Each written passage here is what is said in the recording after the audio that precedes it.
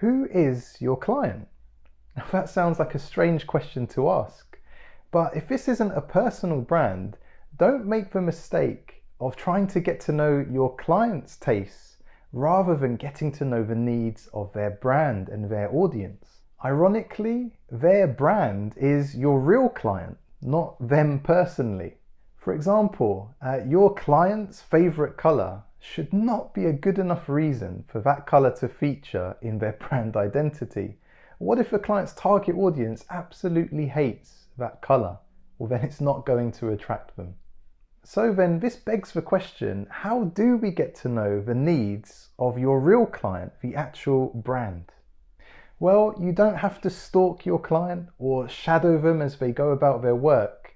There's an easier way, and very rarely do we have a project scope that allows us to invest that kind of time getting to know a client. So what can we do? Well, there are two easy things to start with.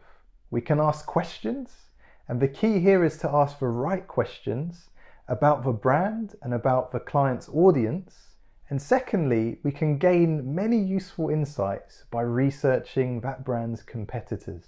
So let's begin by looking at some good questions we can ask. This is not an exhaustive list of questions, but I think this is the bare minimum I'd want to include for a small project scope.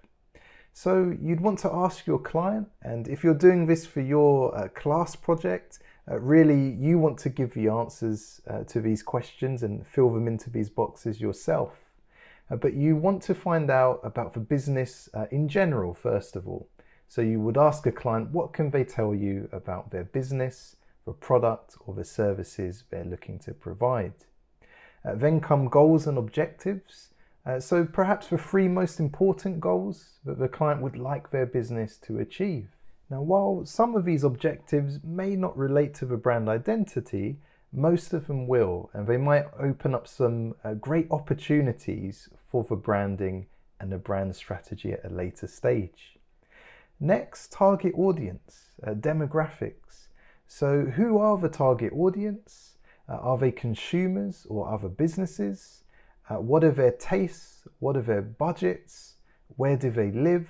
What kind of age are they? The more questions you can answer here, the better. And then there's a section where I like to be a little more specific and ask about the target audience's habits. So what might attract them to this brand? What are they actually looking for? How is it that they may come across your business? Value proposition comes next. So you may be familiar with this, USP. What's the unique selling point of a brand or company?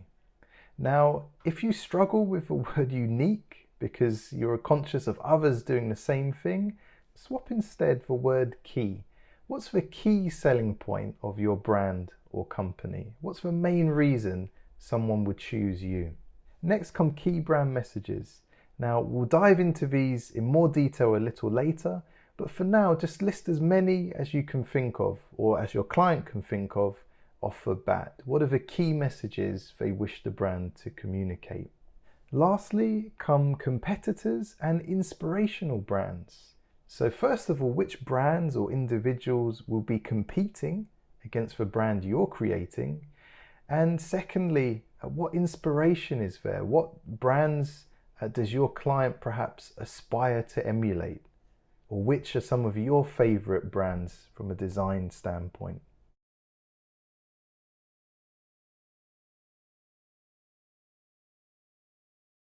Next, we want to get a general idea of this scale in terms of visual style and tone.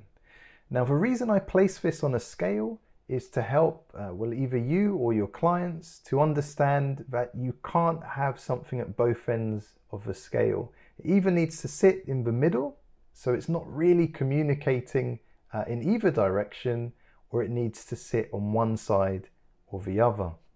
Now, sometimes it will be best if you make these decisions for your client based on their brief, but sometimes they'll have an initial steer or a preference. So the way you go about this usually depends on the project scope, but it's always good to at least begin a dialogue, start a conversation discussing these things and get some feedback from your client, see what their thoughts are. So please complete this scale for your brand as best as you can.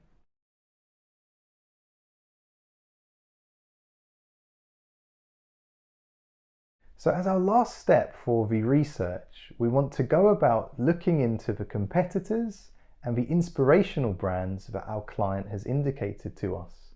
And as an example, I'll show you how I would go about this with my sample project for the Totteridge Bakehouse.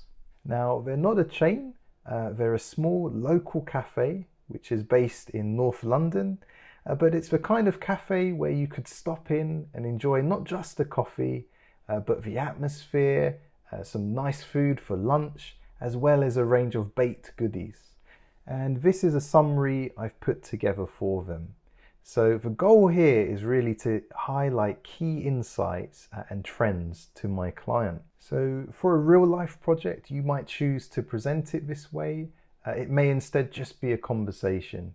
But quite often I found using a client's competitors or inspirational brands as context, it helps them to better describe where they see themselves. So it becomes a relative exercise.